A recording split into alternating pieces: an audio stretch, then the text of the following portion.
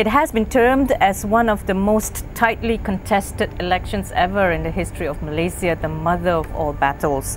GE13, which is expected to take the country by storm, expects major surprises in terms of candidacy, winners and losers. I'm Anne Edwards. Thank you so much for joining us on GE13, the Showdown. With me is Ong Kian Meng, who is DAP election strategist. Thanks for having me, Anne.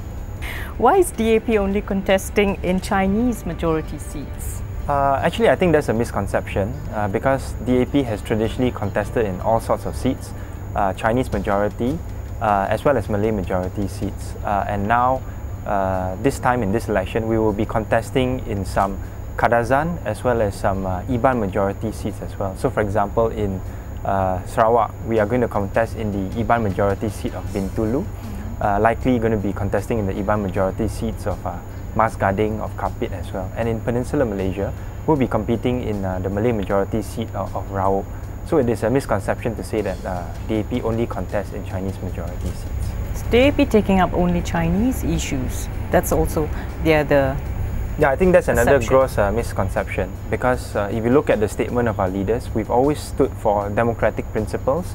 And our leaders have always propagated issues that are of interest to Malaysians regardless of race, religion. So, even if you look at the record of our state leaders now in Penang and Selangor, we've, I think, put forth policies and implemented policies that are fair and equitable to all races and all religions. DAP is multiracial. Are you only limiting yourselves to just 50 seats? Why not increase it to 80 seats? Yeah, I think this is one of the strengths of the Pakatan Rakyat Coalition, in a sense that we have very detailed negotiations and sometimes heated negotiations over the number of seats that each party will contest. Right. And we are probably going to contest in somewhere between 50 to 60 seats. That's still more than some of the second largest component party within the Barisan Nasional, which is MCA, which contested only in 40 seats in the last round. So we are fine with getting 50 to 60. Perception also has it that PAS and also PKR does not trust DAP to stand in other areas, only Chinese majority areas. What do you say to this? Actually, that has never been further from the truth. I think within the context of negotiations within all three parties, we acknowledge that there are strengths and weaknesses on all parties. And we also see that each party has been making strides into areas which they were formerly weak in, together with the help of the respective coalition partners. So DAP has been making strides in many Malay areas as well as Kadazan, as well as Iban areas, and I think PAS has also been making strides into some of the Chinese or non-Malay majority areas. So it's a very cohesive working relationship within Pakatan Rakyat. Speaking of inroads, DAP's chances into Johor. Yeah, what are their chances? I think our leader, parliamentary leader Lim Kit Siang, has made a bold move in wanting to create a Johor tsunami by standing in the Gelang Patah constituency, and that he has been followed by Liu Chin Tong, the incumbent MP for Bukit Bendera. So I think we are definitely serious about wanting to make inroads in Johor. I think our coalition partners in Pakatan, PAS and PKR, have also named high-profile candidates to contest in Johor. And I think this means that we see our chances as being pretty good, and we hope to be able to break through the safe deposit of Johor in the next general election. Before we take our first short break, Kit Siang, now how is his chances in garnering the Malay votes in Gelang Patah? 53% of those votes, and how sure is he that he will secure Chinese votes? Actually, that's probably a wrong statistic. Gelang Patah is 54% Chinese. The percentage of Malay voters is actually less than 40%. But all voters are important to Pakatan Rakyat. And I think it's not a matter of just Kit Siang garnering the Malay votes. It's a matter of how Pakatan Rakyat as a coalition, together with DAP, together with PAS and PKR, wins voters of all races and not just depend on Chinese, Indian or Malay voters alone. After a break, we'll be right back with Ong Kian Meng, DAP election strategist. Stay with us.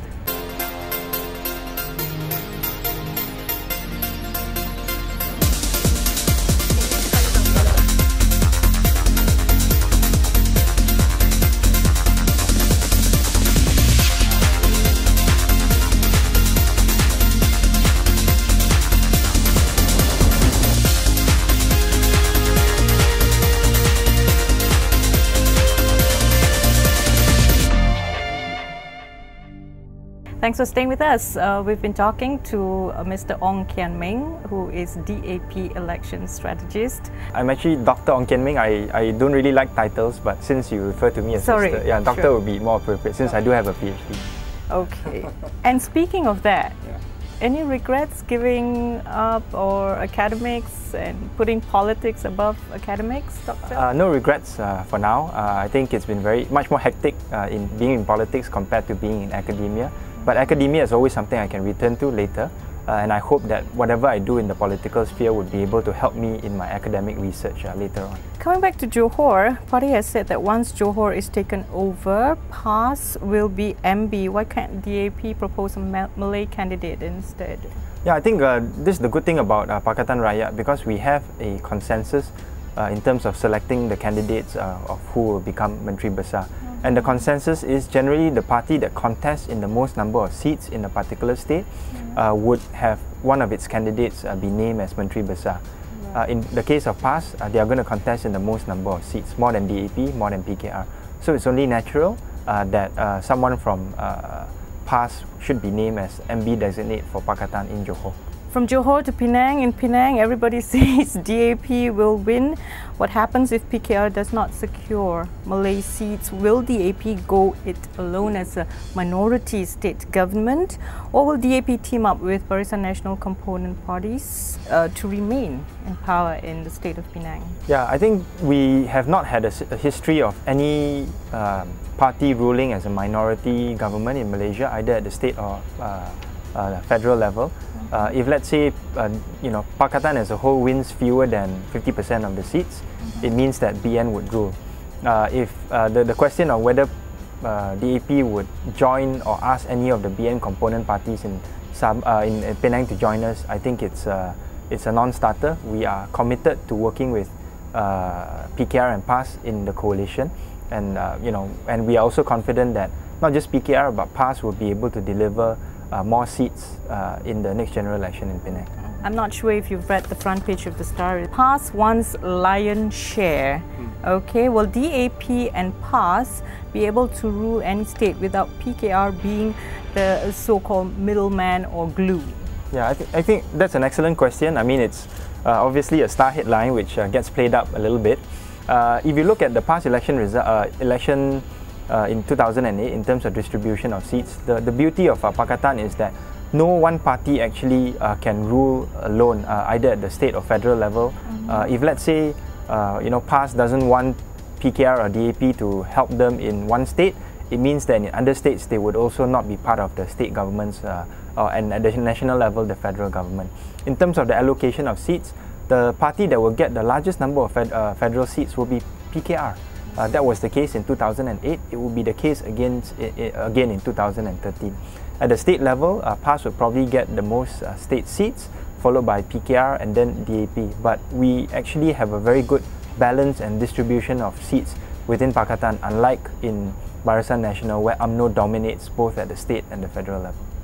Word has it that you will be contesting in Seputi, right, which has been held for 3 terms by Teresa Kok, and word also has it that she's not willing to give up that seat. Where will you be going? My stand has always been I'm open to contesting in any seat that the party leadership allocates to me, and the party leadership would make an announcement probably pretty soon about where I will stand if I'm going to be standing as a candidate. So I'm open to standing. The party leadership will make the announcement soon. One last question, since we do have time. We heard that the opposition has been training professionals to provoke and create chaos to disrupt polling stations, and this is part of the effort to discredit Barisan Nasional. Is this true? That's very far from the truth. I think the way I go about doing this is to provide news and information in terms of problems in the electoral roll, for example. And I think we continue to pressure the SPR to clean up the electoral roll.